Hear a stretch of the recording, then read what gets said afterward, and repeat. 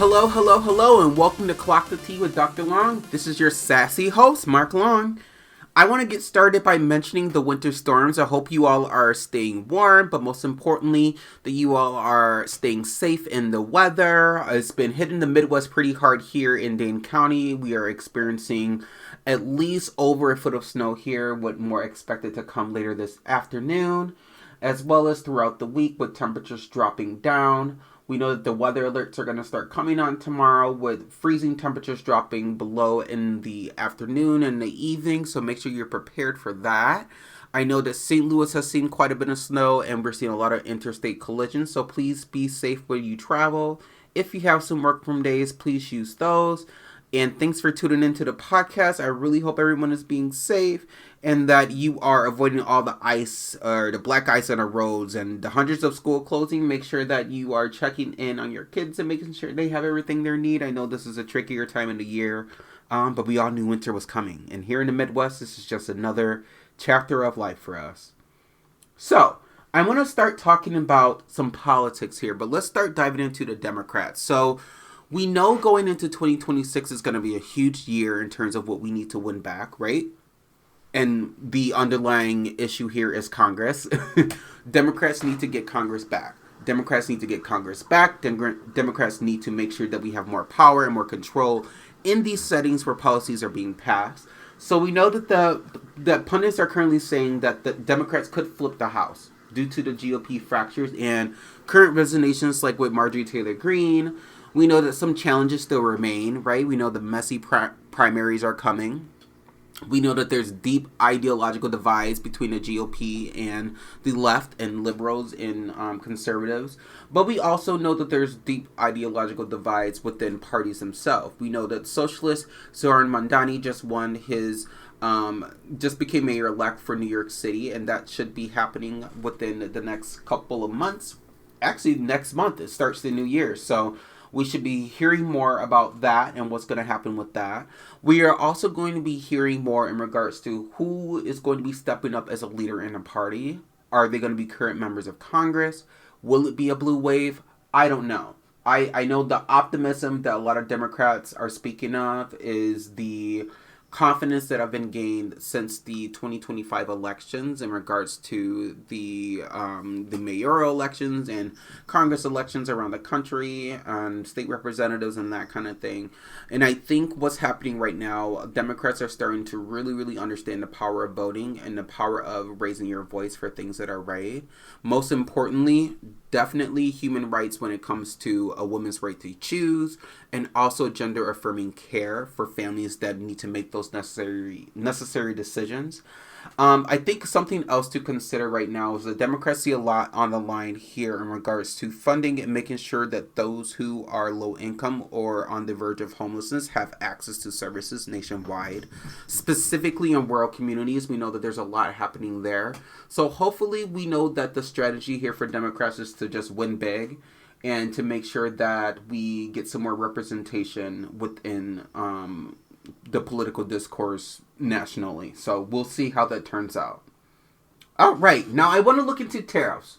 I want to talk a little bit about tariffs because, tariffs are a bitch, but also they're a bitch because we know that prices have gone up exponentially. Specifically this year we see, for example, things like artificial Christmas trees who are, typically are pricey within themselves, but they've gone up at least 20 to 25% this year. With average trees at select stores like Walmart and Target ranging between 10 to 20% increase due to tariffs. We also see, some electronic toys going up about 50% nationwide. And this has been pretty consistent over the past decade or past couple of decades with toy prices going up just because of manufacturing and out of the country and international costs and that kind of thing. But now we're seeing the overall impact of tariffs, which could add 132 years per shopper this holiday season to basically your spending. So just be prepared to spend a little bit more this year. I know it's one of those things where you look at the prices and you're going to be pissed. You are going to be pissed regardless. So might as well accept the fact that prices are going up.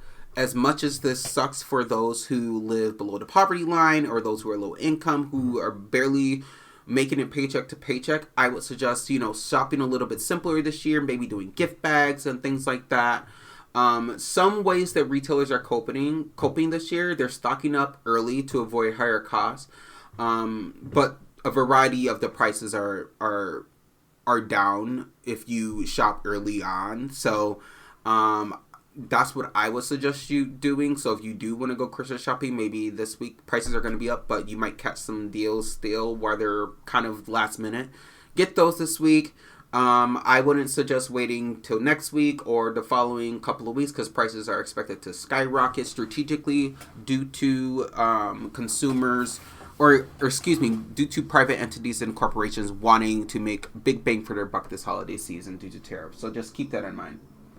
Also this holiday season, if you're looking to spend more or spend less, another suggestion for spending less, as we see, is to make sure that you are price comparing. I know this is something that a lot of people talk about that they do already, but this year particularly because of tariffs, is very good to just make sure you can repeat gifts so there's a steal, or just kind of keep your expectations a little bit low. There might be some items that you're looking for that might not be available, so just keep that in your mind, and also shop online. Okay, so I want to dig a little bit deeper. So we know those boat strikes happen, and the controversy here is that the U.S. military struck a suspected drug boat in September that ordered a second strike, killing survivors. So there was no confirmed drugs on these boats, as from what has been noted. But Hegseth's stance, who is Pete Hegseth, we know who that is. I'm not going to go into much details, but he says he didn't witness survivors due to a fog of war, and claims he left before the second strike. So he's trying to distance himself from these strikes because he doesn't want any attention from obviously the commander-in-chief, but most importantly his colleagues and also Americans who are concerned that these strikes were basically murder and they weren't like something in response to war. We know that there is some pushback about how this might be related to a war crime. But the political fallout here is that Congress is investigating this, and critics are accusing him of deflecting responsibility in this issue. And we know this is a huge deal because if there were drugs there, we know that there's a proper way to deal with kind of drug crimes in this country, but most importantly, when it comes to international border interference. Completely just striking a boat after there was suspected drug use or suspected drug trafficking is not okay. And I know that we know that what if it was the case where there weren't any drugs on this boat?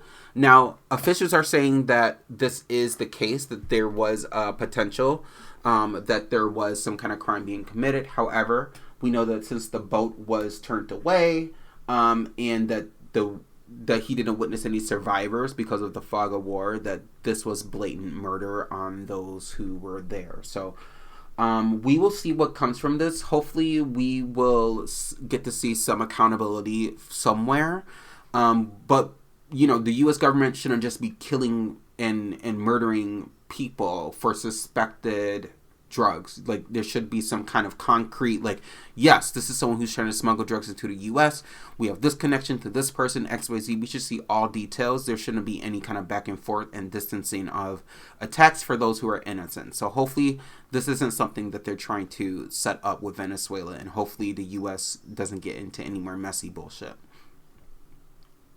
Moving on. So Trump threatens SNAP again. You won't believe this. So the Trump administration is threatening to withhold SNAP benefits from Democrat-led states that refuse to share recipient immigration data, which is interesting. I'll talk about that in a minute. So the new rules with SNAP is that work requirements have expanded, raising eligibility hurdles, and then the impact is that 42 million Americans rely on SNAP, and lawsuits are underway to block these cuts. But basically the employment eligibility is going to be a huge hang-up for a lot of current Americans on SNAP, which is interesting because Americans on SNAP do work.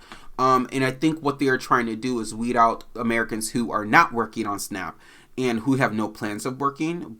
But, you know, SNAP is meant to not necessarily promote you working. It's promoting, you know, making sure that individuals are fed. Let's just be honest and say that directly. So with Trump deciding to withhold SNAP benefits to Democrat-led states, aka blue states, is kind of petty and it's a little like weird. Dare I say it? It's very weird because if you look at the whole perspective of this, in our reading a USA Today article, there was actually reporting from Madison, and in Wisconsin in 2023, around 81 million. Yep, that's right, $81 million was spent to administer food share related programs in Wisconsin, according to the USDA. And federal officials are seeking the names, addresses, and social security numbers of these individuals currently in our current year. So we know that there's been several impacts in terms of the amount of money that has been spent on SNAP benefits. But most importantly, in a November 24th letter to Evers, the USDA official, Patrick Penn, he had a letter to Evers asking Evers to turn over the data or outline why state officials won't do so. Now, this is interesting too because why are we writing to the governor to release information specifically regarding SNAP benefits? And what they're trying to do is to make sure that there isn't any immigration data folded in, which is interesting because there shouldn't be any information from immigrants folded into SNAP benefits here in our state because they're not eligible to receive food share. So it's just kind of messy. I think what the Trump administration is trying to do is flex their power and look all tough and domineering when it comes to benefits and who gets benefits and where the money goes and that kind of thing, when they're playing with people's lives during the holidays. And what an ignorant statement for the president to make. Yep, I can't even say it. The president. Can you believe that's the president of our country? The president of the United States is threatening this for millions of Americans who are already struggling. So we'll see how this unfolds in 2026. I'm a little bit taken back. I know there's a lot of struggle just to get here in the first place. And it seems like the president is just trying to keep up chaos for the sake of keeping up chaos. But, you know, what would an orange turd do when they're bored and when they want to look great for his constituents and for his other billionaire friends? Okay, so we talked a little bit about Trump. We talked about tariffs, talked about the Democrats. Now let's talk a little bit about immigration and what that looks like. So Trump announced plans to end temporary protected status, TPS, as a lot of you have heard, from Somalis in Minnesota, calling the community fraudulent. What? How is a community of people fraudulent? But we will get into that. He has lashed out at Representative Ilhan Omar and said that he doesn't want Somali immigrants in the United States whatsoever. Federal authorities are preparing immigration crackdowns targeting Somali communities in Minnesota, which we know there is a large Somali community in Minnesota and that they have been protected for years in this state. Now, going into some of the information from what I know, I can give you a little bit more information. Trump added Somali gangs are terrorizing people in the great state and billions of dollars are missing. Send them back to where they came from. It's over. This is the president of the United States speaking like this about a group of people, by the way. So, Minnesota, as we all know, is home to the country's largest Somali community, which is about 79,000 people, counting. A little bit closer to 80K people, if you look at the growing population there. But that is between the Twin Cities and across the state in general. And Minnesota has been a huge safe haven for Somalis who fled there following the African nations, or following their African nation, following their long civil war that they had in Africa or in their country. And this has been welcoming for them as a social program to help combat some of that horrific crime that they all had to endure and the impacts that they as a community had from that experience. Now, target an entire community is crazy. And we know that there are some officials speaking out. We know that there's an official that spoke out earlier this week, which was a senator. We had Senator Amy Klobuchar, who is going to speak her opinion. And she called it another late night threat, to go after people with just one state with legal status. And there's been a pattern with this president of coming after people with legal status and making people who are here legally feel inadequate as a way to flex power, but it's also a way to seem superior. We know that this has been done in the past when during the civil rights movement, in during Jim Crow, where African Americans and Black Americans were basically being told to go back where they came from. Additionally, this has happened to Chinese Americans. We have seen this happen over and over again in this country. Japanese Americans with internment camps. So there's a huge problem that a lot of people, especially wealthy white men with power, have when in regards to communities that are just scraping by and living the American dream legally. And it just comes down to show you that it's just evil intentions by the president and that he's just being discriminatory to a group of people. Furthermore, Haitian immigrants are now facing a huge chance of basically deportation. So in February of 2026, the Department of, DHS has announced that for TPS for Haitians that will end on February 3rd of 2026, affecting 353,000 Haitian people. Let's say that again. 353,000 Haitian people in this country will be impacted by this.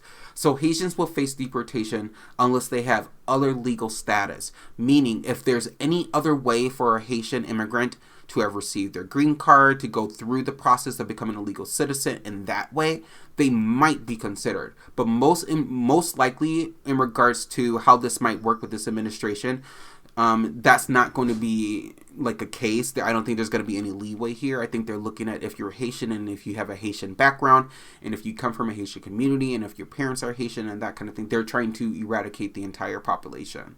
So community leaders are warning, basically, people returning to Haiti is very dangerous, given the rise in gang violence, the instability, the economy, the natural disasters that have occurred in that country over the past year, the past couple years, but definitely this past year and last year, there were some tragic incidences that have caused the country to be set back.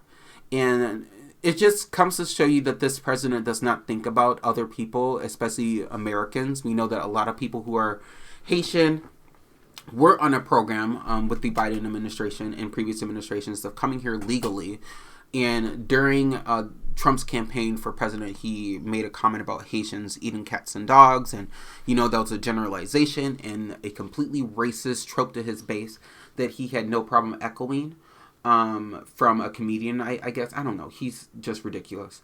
But most importantly, 2026 is going to be jam-packed with a lot of scared families across the United States. There's going to be a lot of people worried about being deported. There's going to be a lot of people worried about still how to make ends meet in terms of feeding their families with tariffs going into effect, obviously, but the holiday prices going up and people wanting to save. I'm thinking this year you might just have to get smart when it comes to spending, but you also have to get smart when it comes to spreading information and misinformation and making sure those who do have a background, especially if you live in states like Minnesota and you have connection with those who are part of the Somali population, make sure you're reaching out to them, offering support. Same thing if you are around a large Haitian population. I know there was one in Ohio, and then there's a huge Haitian population in places like Dade County, in Miami, in Florida. So my heart goes out to all those families. Please enjoy the holiday season. I know it's going to be difficult for a lot of people this year, but just keep your head up. We're all in this together, and I think if we just stay the course, we vote, we show up, and make our voices heard so that we can protect marginalized communities in this country, we will go so far. Hello, and welcome back to Clock the Tea with Dr. Long. This is time for us to go ahead and get into some reality TV, and I'm bringing it to you. So let's go ahead and get some tea clock. We have quite a few things coming up in the pipeline here. So let's go ahead and talk about the first thing that's happening, which is the Worst Cooks in America reality check, which is returning for season 30 in 2026.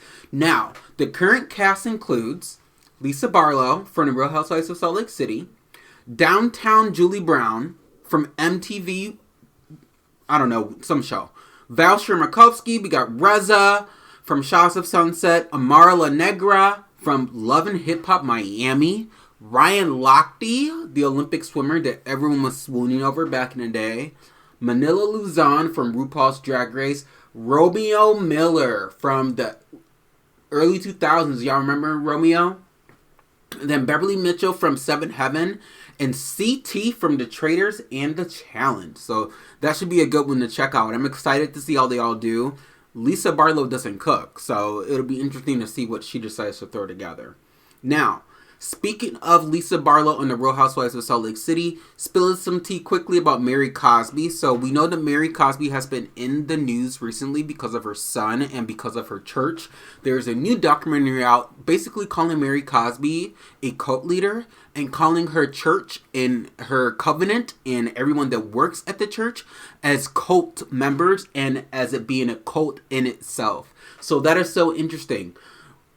Also recently, Robert Cosby Jr., who is Mary's son on the show, who basically confessed about having all the substance use problems, pled guilty to multiple charges, including assault, trespassing, violating protective orders. Now, he is currently incarcerated, so he will remain in jail until February of 2026, following all these instances and the incidents that just happened with his wife, who is actually filing for divorce. So, a lot happening in Mary's neck of the woods, and a lot happening in the Salt Lake City world as well. We have a lot going down in regards to Meredith being in the crossfire from all the other ladies. Heather and Whitney have had it with her in terms of her going on crash outs and not taking accountability. But from the other side, Meredith is basically saying that the ladies are over-exaggerating things that happened between her and her exchange with Brittany Bateman on the plane. Lisa is having her back. Brownman is taking zero action and accountability of anything that's happening in terms of her stirring the pot. But it was interesting to also see her shut down the talk that Heather was about to bring to the table regarding Todd and his farting and kissing rumors and cheating. And Brahman doesn't want to talk about that. She quickly shut it down and said, throw the box away, Heather. So, Salt Lake City is becoming a little dry. I'm going to say that. It's becoming a little dry. The girlies are showing up to work every single episode, but I don't want to hear no more about Brittany and her drama with Meredith and Meredith crashing out on a plane and the lack of accountability. Let's get a new storyline. Let's ladies show up to work on something else. There's a lot that we need to ask questions about. How about Mary and her church? We need to ask about that. We need to have conversations about Angie K and how she showed up with Lisa Barlow. There's some unfinished business there between the two of them. And Brittany and Mary have a beef. I know Brahman and Brittany have a beef. And it's just really odd that the storyline that we're focusing on is something that happened off camera, which is not fair to viewers. I don't want to see that. I don't really care what happened off camera. I worked through it. We want to see you all patch things up, of course. But I would rather there be a storyline that we can consistently follow. So that's just my take on that. All right, moving on from Salt Lake City. I just finished watching The Secret Lives of Mormon Wives Season 3 reunion trailer, which dropped today on December 4th. And it was hosted by Stassi Schroeder from Vanderpump Rules. You remember Stassi, who had all that drama in Vanderpump Rules? Who basically went through everything that these girls on this current show are going through. And it was super interesting. Everyone was there. Jen Affleck, Demi was there. Whitney Levitt was there. Michaela, Macy, Jesse, Taylor, Layla, and Miranda. As well as a lot of the guys showing up. So pretty much all the guys that were involved showed up, including Chase.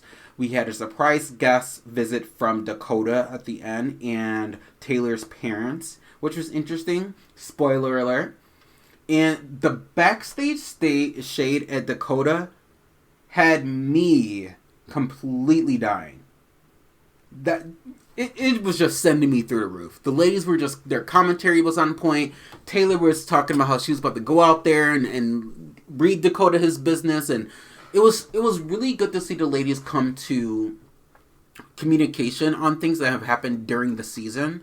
But most importantly, it'll be interesting to see how this drama between Demi and Jen pans out, because I don't think there's anything resolved there. I am confused a lot. It's a lot of cliffhangers at the end. I think there's a lot of unanswered questions amongst Brett and Demi.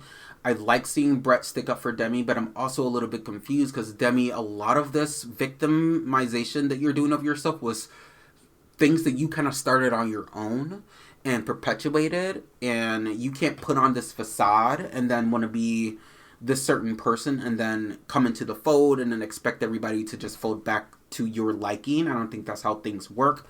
If you're going to show up and work and you're going to be absolutely like awful to some of the women, you got to take ownership of that, you know?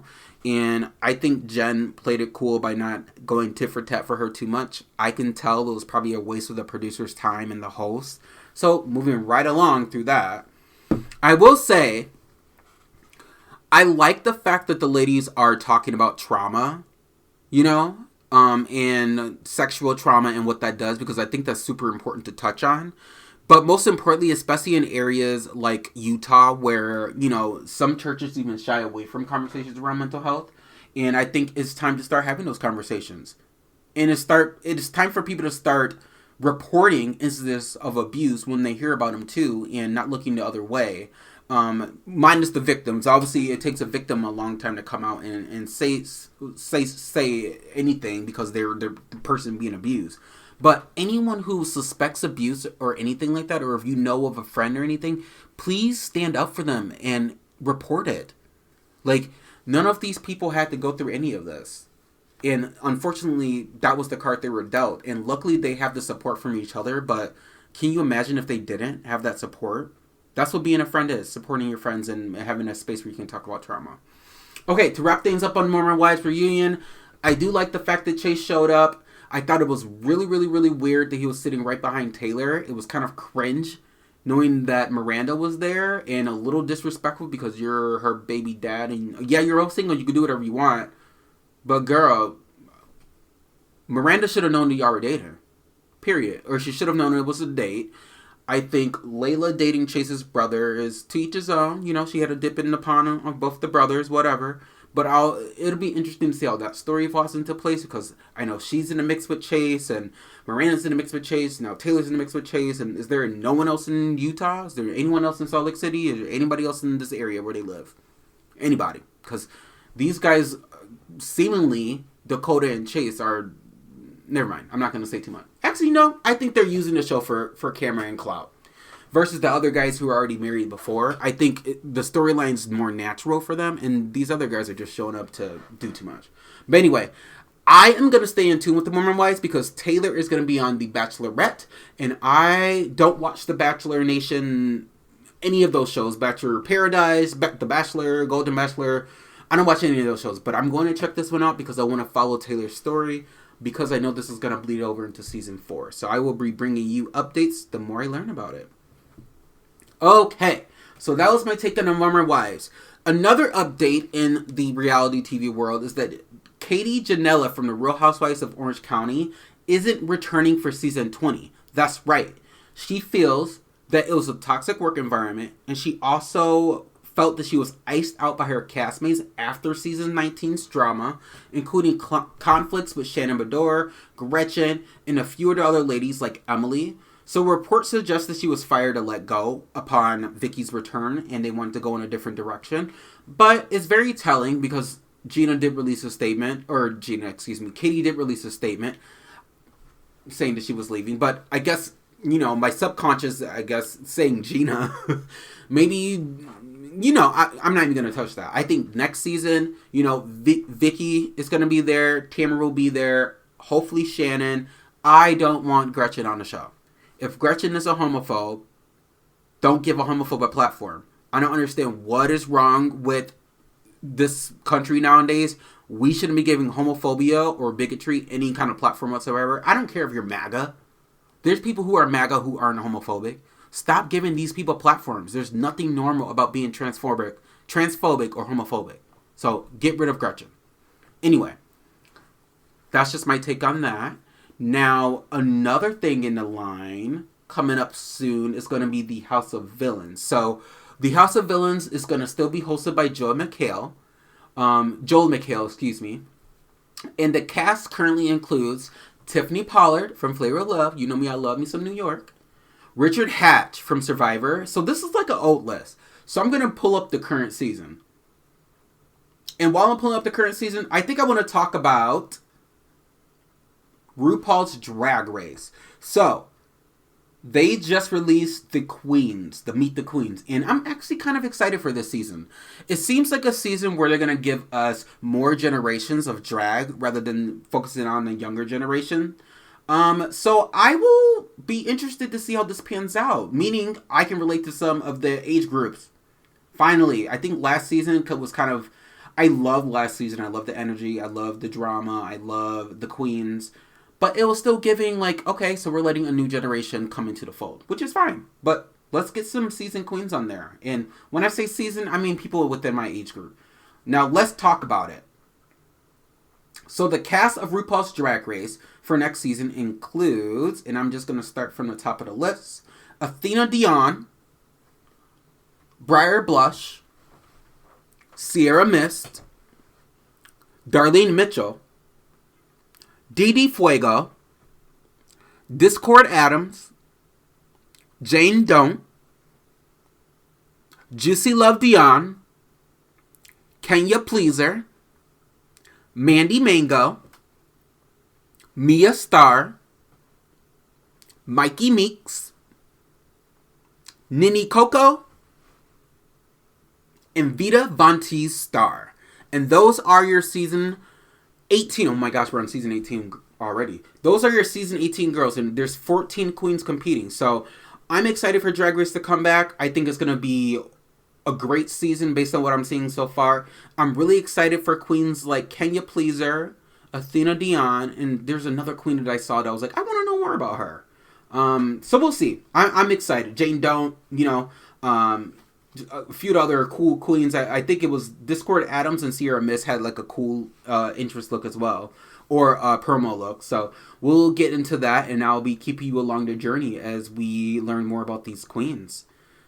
All right, so the current list for the House of Villains season 3 cast, now that I have it pulled up: Paul from Big Brother, Paul Abrahamian from Big Brother, Tyson Aposto from The Challenge, Kate Chastain from Below Deck and The Traitors, Jackie Christie from Basketball Wives, Drita from Mob Wives, Plain Jane from RuPaul's Drag Race, Johnny Middlebrooks from Love Island The Challenge, Ashley Mitchell from The Challenge, Tiffany New York Pollard is back, Christine Quinn from Selling Sunset, and Tom Sandoval. So that is your season 3 cast for the villains. So sorry about that whole scuffle throughout here, trying to figure out who the cast is. But yeah, that's the new cast for next season. I'm excited to see what comes through for that. I also want to talk a little bit about the Real Housewives of Potomac. I'm just going to tell you all who I think my cast should be, or who the cast should be for Potomac for next year. And it's a lot of unpopularity, but I'm just going to give it to you because that's what I do. I think next season Stacey, hands down, should come back. I believe with Stacey coming back, actually, in disclaimer, I think I want 8 Housewives again. I think I want them to try 8 Housewives again, but do it in a way where it makes sense to the show, and don't just be putting Housewives on the show, just be putting Housewives on the show.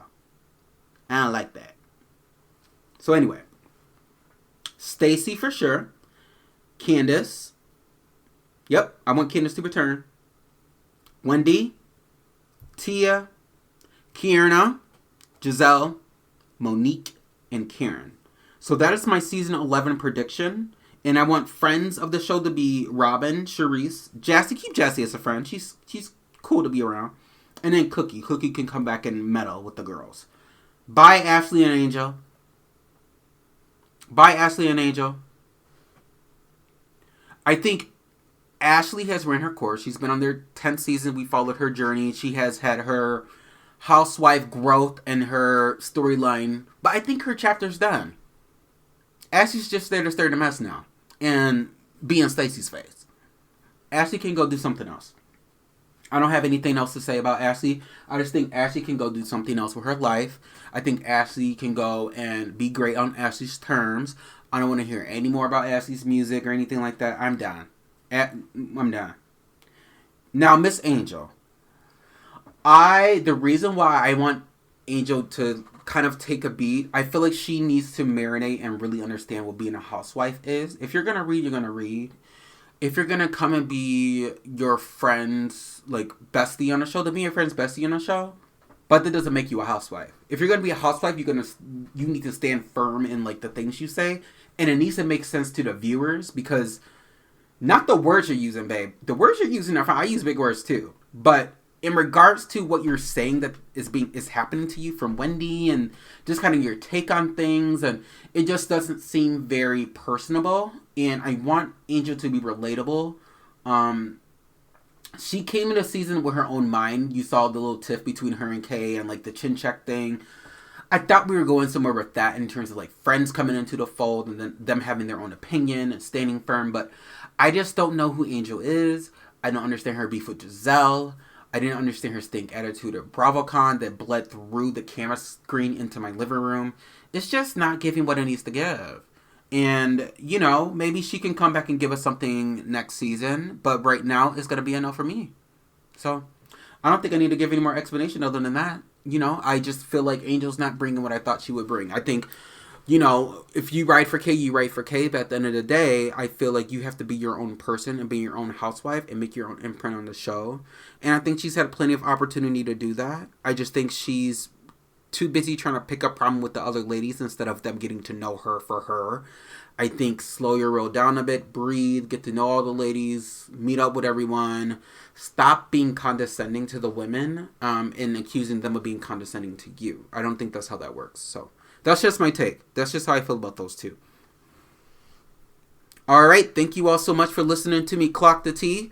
I think next time on Potomac, we are going to get in for quite a season because I know that Eddie and Wendy are going to have to answer to the fraud case. And also we get a release from jail from Karen. And she has a sit-down interview with Andy. So I'm excited to see her come out and hopefully be rehabilitated and talk about her struggles with addiction. So thank you all for listening to me Clock the Tea. This is your host, Mark Long.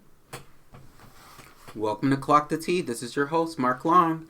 So I want to go ahead and do another update on my wellness journey and just talk about how things have been since I had bariatric surgery a year ago, and things have been a roller coaster for sure. I know I talked in the first episode of Clock the Tea about all the mishaps with surgery and having to go back and adjusting, and now it's been like a year and a half since the procedure, and I will say things have been going okay. I will say I'm super grateful and I'm super thrilled, and I am beyond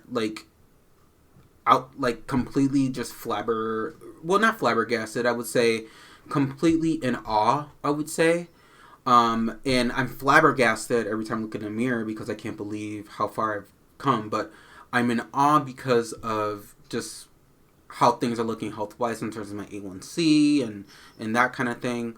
The hiccup I had was I got a severe infection that started in February of this year, which caused a lot of dizziness and caused me to be on a lot of medications throughout the year. On top of getting a severe infection that got into one of my hair follicles on my face. Can you believe that? And it spread through into my ear and into my nose, and I had basically an infection that completely spread all over and has continued to spread sporadically throughout the year. Finally, I'm on the mend, but that's just telling for part of my healing journey because I was only halfway healing from surgery, and then I had this infection that happened. On top of the infection, I had a seizure condition that we finally managed.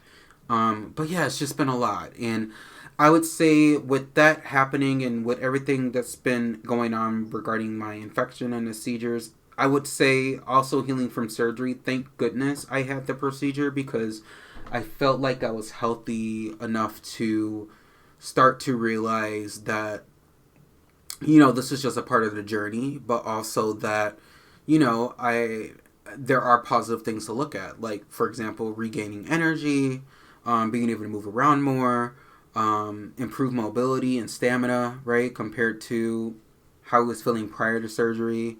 And just this emotional resilience that I've developed, like having had to work through all the health scares and everything kind of behind closed doors. A lot of people didn't really see me being hospitalized this summer.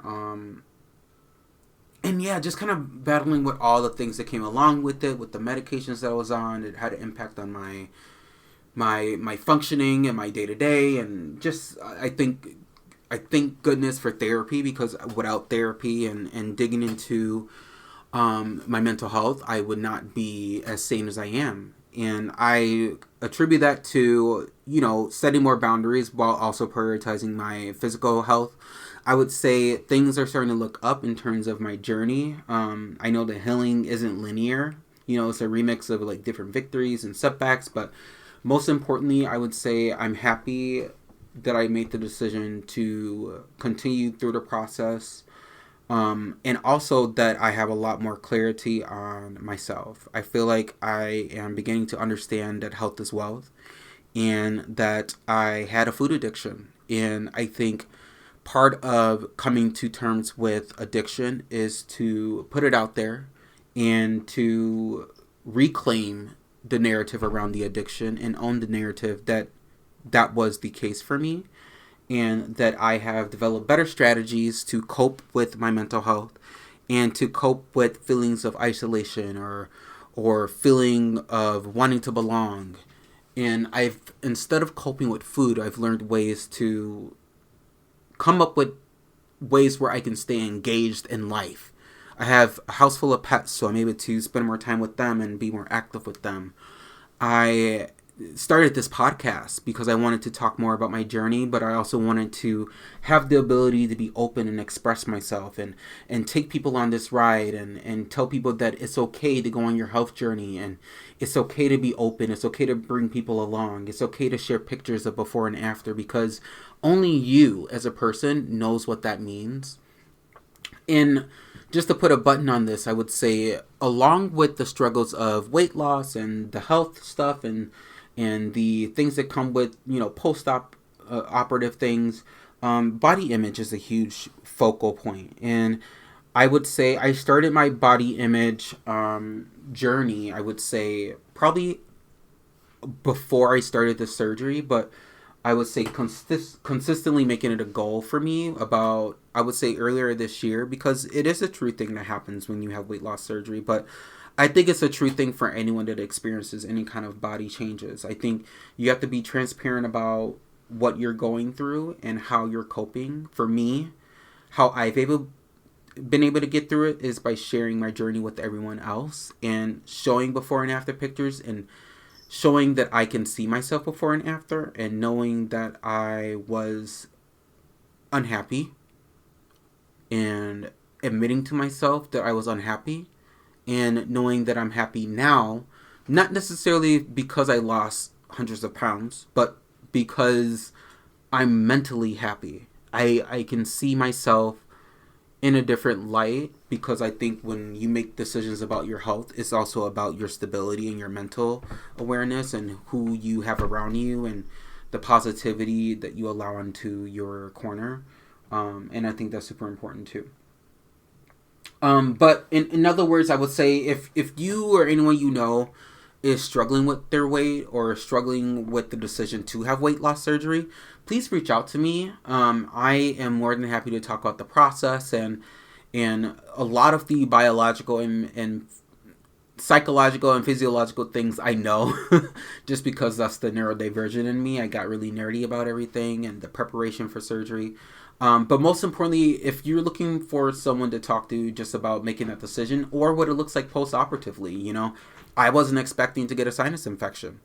And I wasn't expecting to have to battle with everything else. But I'm happy that I had a place on my podcast to talk about this. But most importantly, that I have people in my life that I can share this journey with, that support me and love me when I was at my worst and when I'm at my my very best. And I love you all, and I appreciate you all, and thanks for tuning in, and I hope I can share more about this with you all as I go into the future.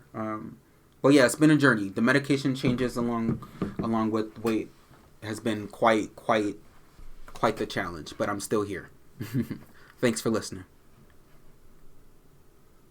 So, in this segment, we're going to talk about Christmas traditions around the world, and we're also going to have a little bit of conversation, because there's some of these I've never heard of, And, well, I think I never heard of most of these. So, but we'll get into it together.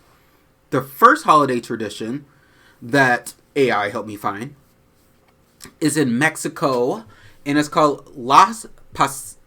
Posadas. And it's a reenactment of Mary and Joseph's search for shelter, ending with piñatas and feasts. I think that's really cool. I would celebrate that. Let's see if I can find out any more about that. So they're saying that this holiday tradition is very, very family friendly because a lot of people don't know that this also coincides with, Christmas, right? But it's typically like a early December to early January thing. Like it stretches that long. And is known for kids and adults to walk door to door, singing holiday traditions. Also, some pretend to turn them away until someone finally welcomes them in. It's kind of like a cool little quirky thing that they have going on. But some food and traditions for this would be obviously the piñatas, shaped like stars representing the Star of Bethlehem.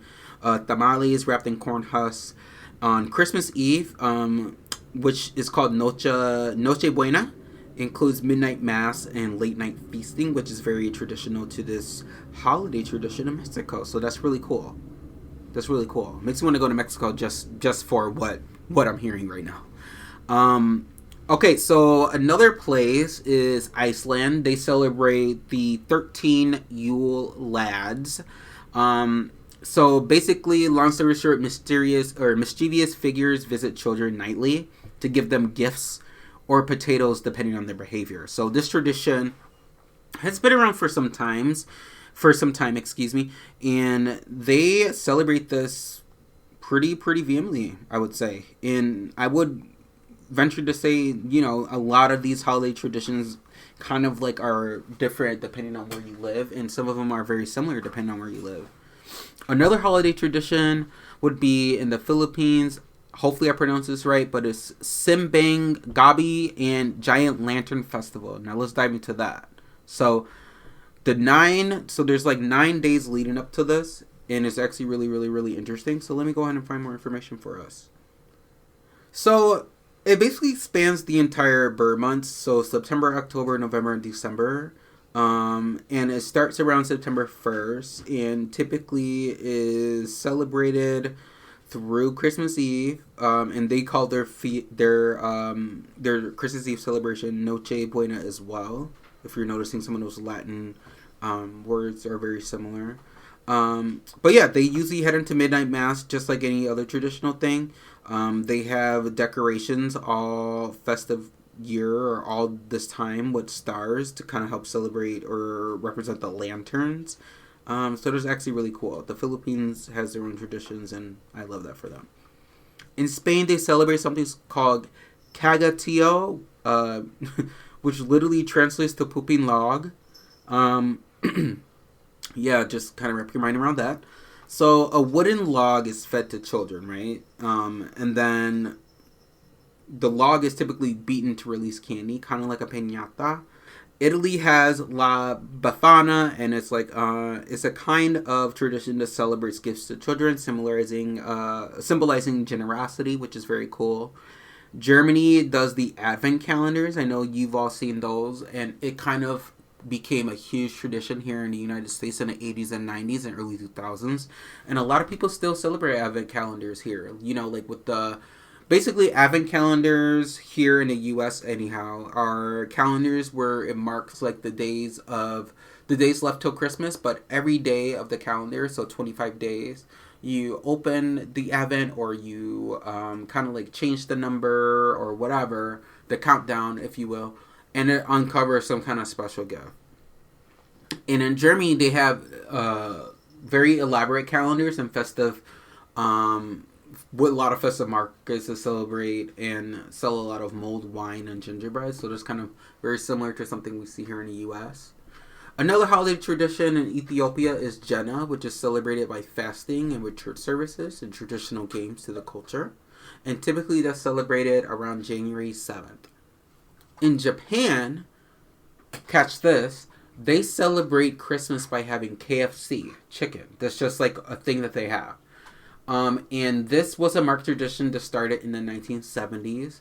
And there's not really a lot around it other than there's a bunch of marketing at the time from KFC to sell chicken, right? And to be a little bit more international with it. And they landed in Japan and it was a hit. And every year there is a Kentucky since I would say like around 1974, Kentucky for Christmas was the marketing campaign back then, and it just really hit in Tokyo, and it's been a tradition ever since in Japan, and I think that's pretty cool. It's interesting to see like what starts the tradition and what keeps it going. In the Ukraine, spiderweb decorations typically celebrate Christmas, which is so interesting because spiderwebs are associated with Halloween here. But in the Ukraine, they symbolize luck and prosperity. And a lot of trees, you will see a lot of trees with web on them as well. In Poland, they celebrate Wigilia dinner, which is a Christmas Eve fest, with 12 meatless dishes symbolizing the apostles. In Australia, they celebrate something called beach celebrations, which is basically what it is. You have a lot of barbecues on the beach and a lot of surfing events for Santa. So it's a lot of different than here because Christmas there is a summer tradition. So you get a little bit more summer influences in Australia than you do here. In Sweden, they call it St. Lucia's Day, or a holiday tradition would be St. Lucia's Day, which is December 13th, where girls wear white dresses and candle crowns honoring the Saint of Light.